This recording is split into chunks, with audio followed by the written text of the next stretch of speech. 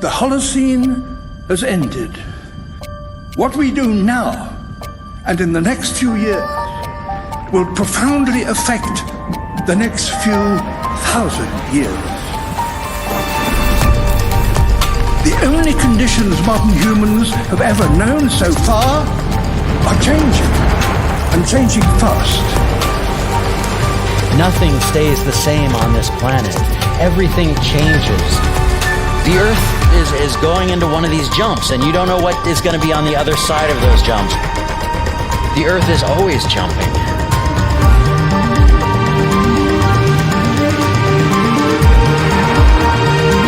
Things move on this planet. Things are not still. Everything is turning.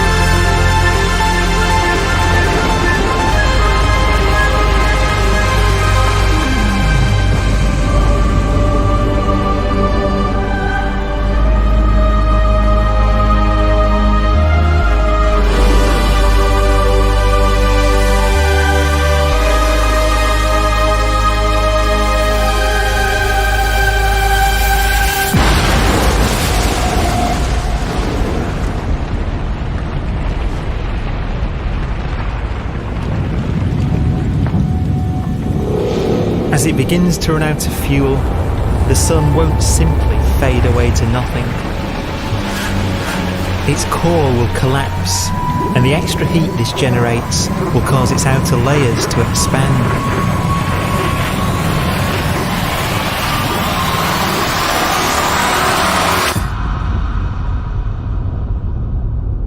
The sun is now dead.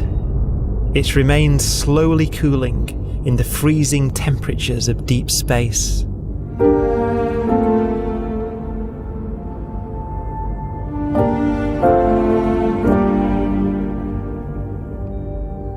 The fate of the sun is the same as for all stars.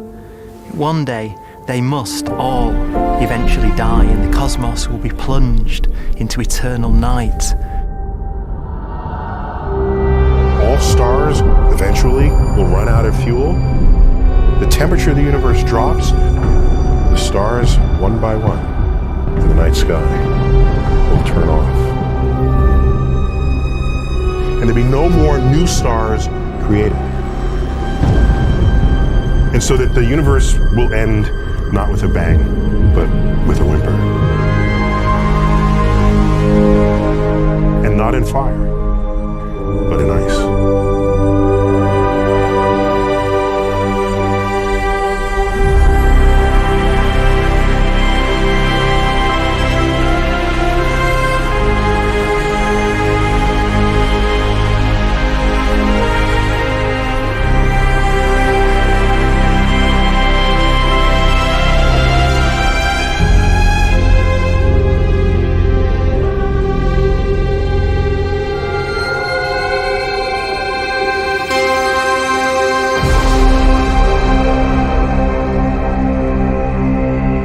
With no fuel left to burn, a white dwarf's faint glow comes from the last residual heat from its extinguished furnace.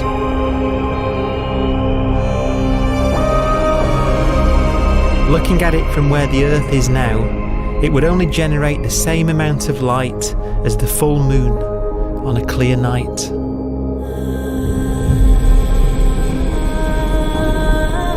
The faint glow of white dwarfs will provide the only illumination in a dark and empty void littered with dead stars and black holes.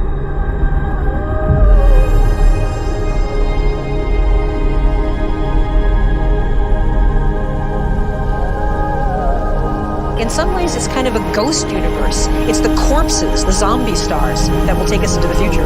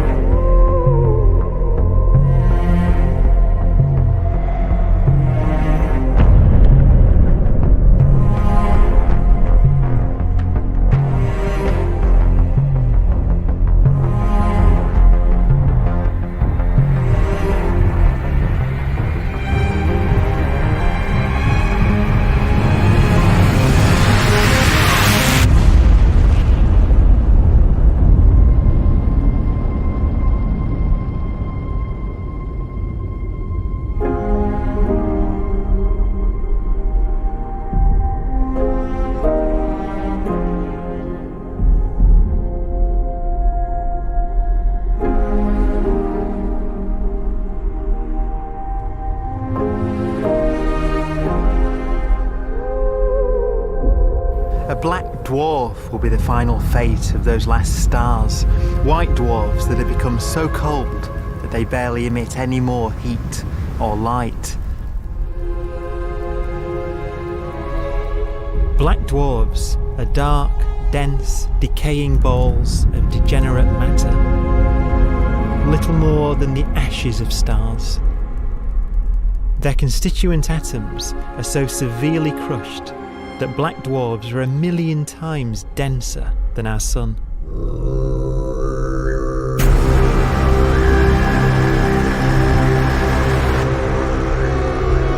Stars take so long to reach this point, we believe there are currently no black dwarfs in the universe.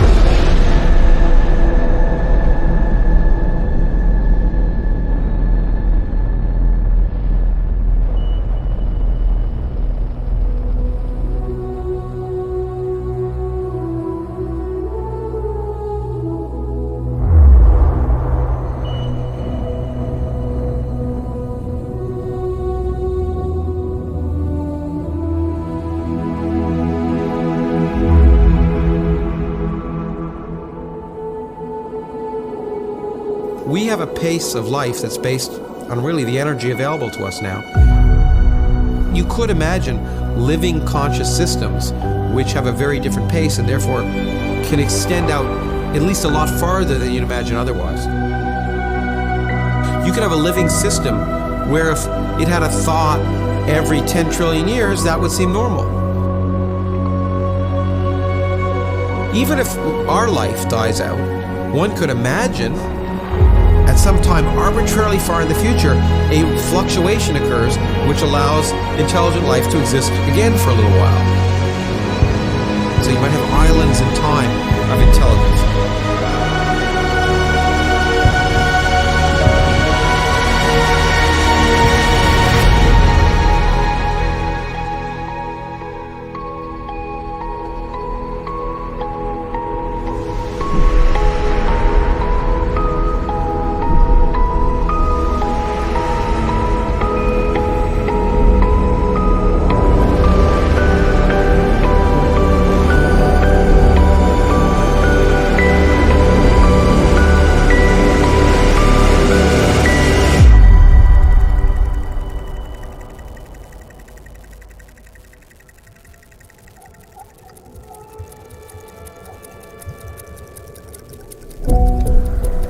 proton, one of the fundamental building blocks of atomic matter, what makes us up, can just spontaneously fall apart. Any material that evades the pull of a black hole eventually dies away as its protons disintegrate.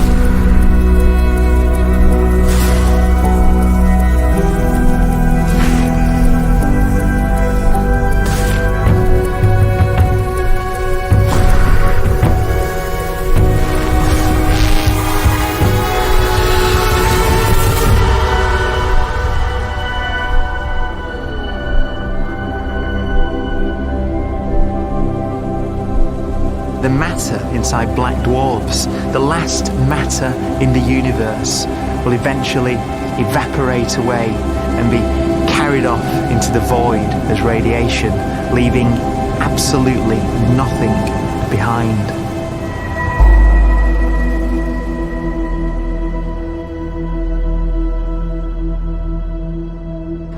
With the black dwarfs gone, there won't be a single atom of matter left. All that will remain of our once rich cosmos will be particles of light and black holes.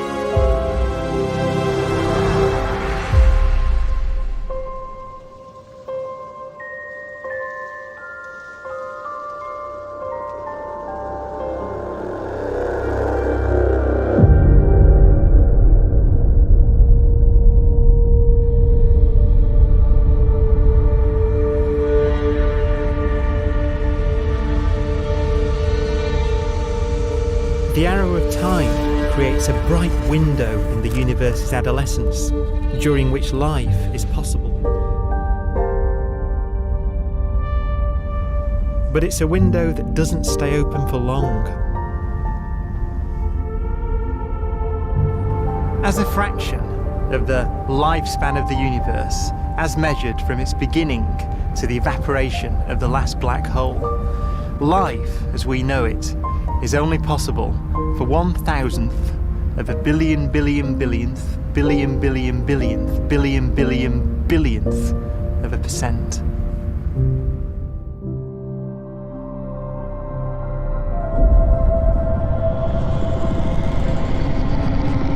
Black holes become the fundamental building block of the universe.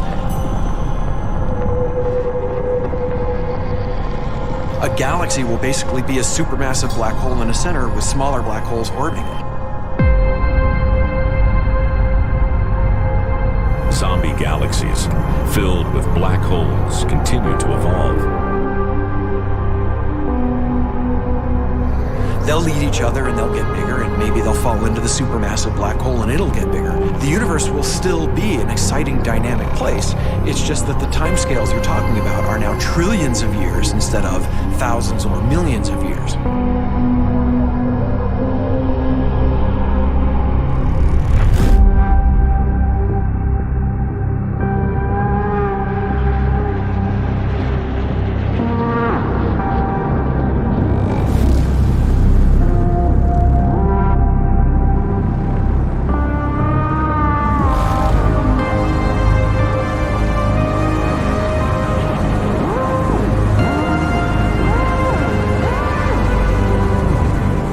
Black holes can bang on space-time like mallets on a drum.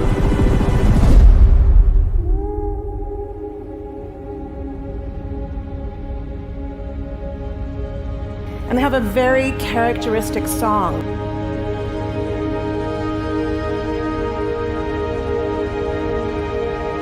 Imagine two black holes that have lived a long life together.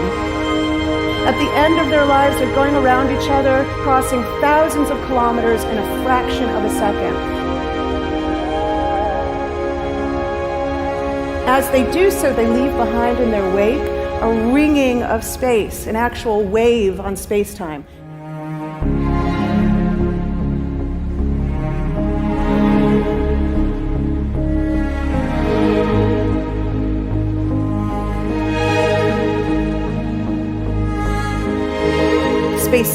squeezes and stretches as it emanates out from these black holes banging on the universe. Those are the gravitational waves. They are literally the sounds of space ringing. And they will travel out from these black holes at the speed of light as they ring down and coalesce to one spinning, quiet black hole.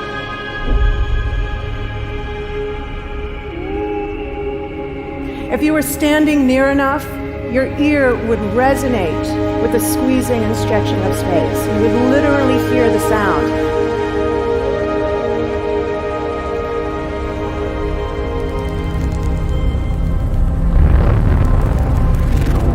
Imagine a lighter black hole falling into a very heavy black hole. The sound you're hearing is a light black hole banging on space each time it gets close.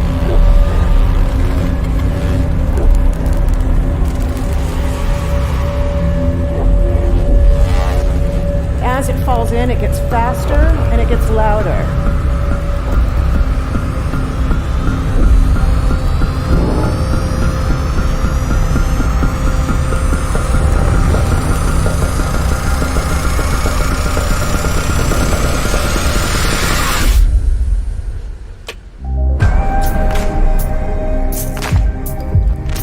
Scientists used to think black holes were immortal, but even these will one day die.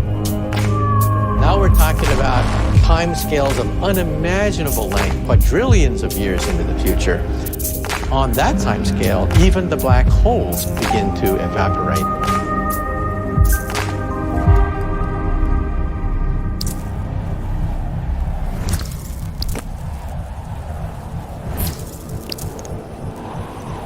According to quantum mechanics, space is filled with virtual particles and antiparticles that are constantly materializing in pairs, separating, coming together again, and annihilating each other.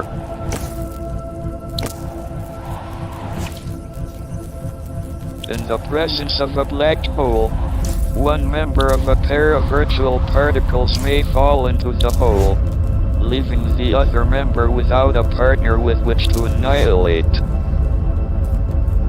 The forsaken particle appears to be radiation emitted by the black hole. And so, black holes are not eternal. They evaporate away at an increasing rate until they vanish in a gigantic explosion.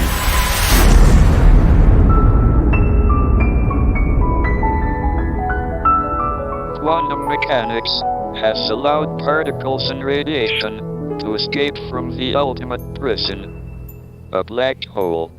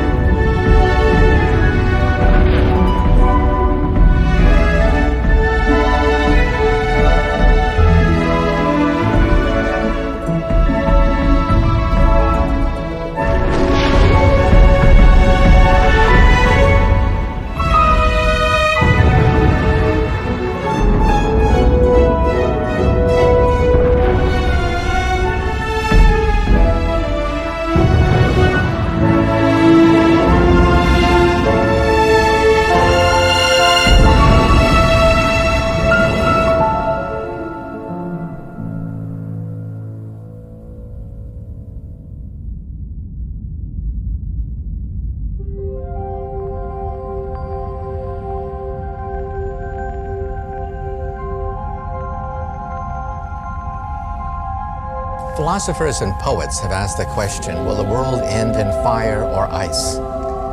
We can now give an answer. The latest evidence shows that the universe is not slowing down, but it's speeding up out of control. And the universe, we think, will die in ice. Trillions upon trillions of years from now. Empty space itself has energy. In every little cubic centimeter of space, whether or not there's stuff whether or not there's particles, matter, radiation, or whatever, there is still energy even in the space itself. And this energy, according to Einstein, exerts a push on the universe. What is the weird stuff that's accelerating the universe? We call it dark energy. And this stuff is the dominant stuff of the universe. Almost 3/4 of the matter-energy content of the universe is this dark energy. And we don't know what it is. Dark energy, unlike matter or radiation, does not dilute away as the universe expands. This has crucial implications for what the universe is going to do in the future. So what will be the future of the universe? Well, if the dark energy remains dominant and repulsive, the universe will expand forever.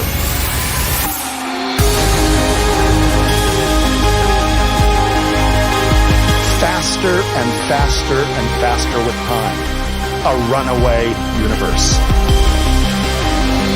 70% of the energy of the universe resides in empty space, and we don't understand why. But we do know what will happen. If that energy continues to be there, the universe will become cold and dark and empty. That's the future as it might be.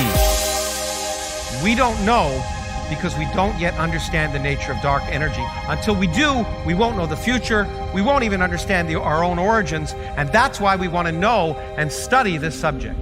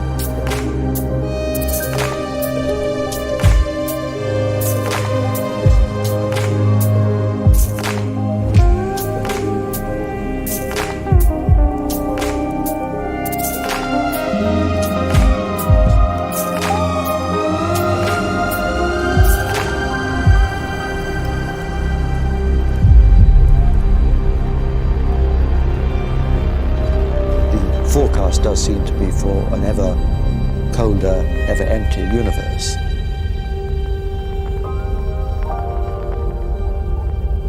But then, of course, we have to ask, could that end lead to a new beginning? And there are ideas whereby what actually is the end of our universe could in some sense be linked to the beginning of a new one.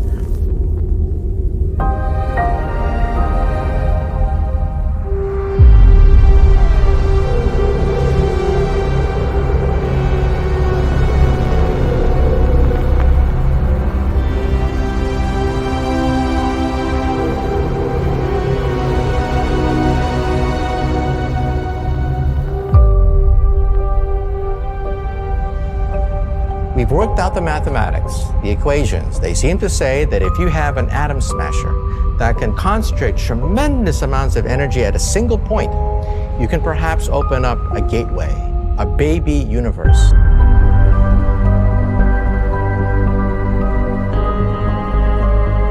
Facing the death of everything there is, this perhaps is their only possibility of escape. And this also raises a very intriguing possibility, sheer speculation of course, that perhaps any universe that has intelligent life in it will create baby universes, will create lifeboats, and proliferate child universes. So an evolution may take among universes in the multiverse. Survival of the fittest may take place. So those universes which do not have intelligent life are infertile. They have no children. But those universes that have mild temperatures, stars like us, would create civilizations that could open up child universes, and they would then proliferate.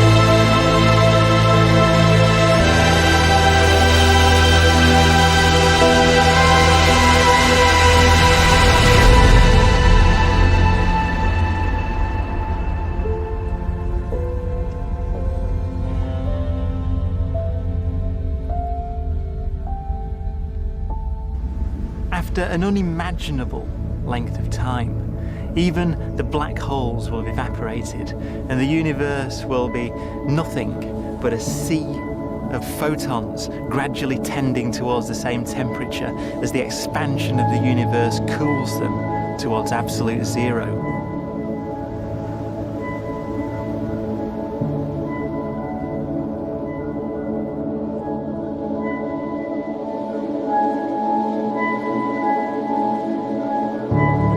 Once the very last remnants of the very last stars have finally decayed away to nothing, and everything reaches the same temperature, the story of the universe finally comes to an end.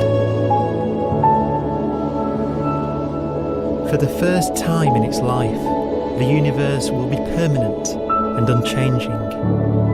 Entropy finally stops increasing because the cosmos cannot get any more disordered. Nothing happens, and it keeps not happening forever.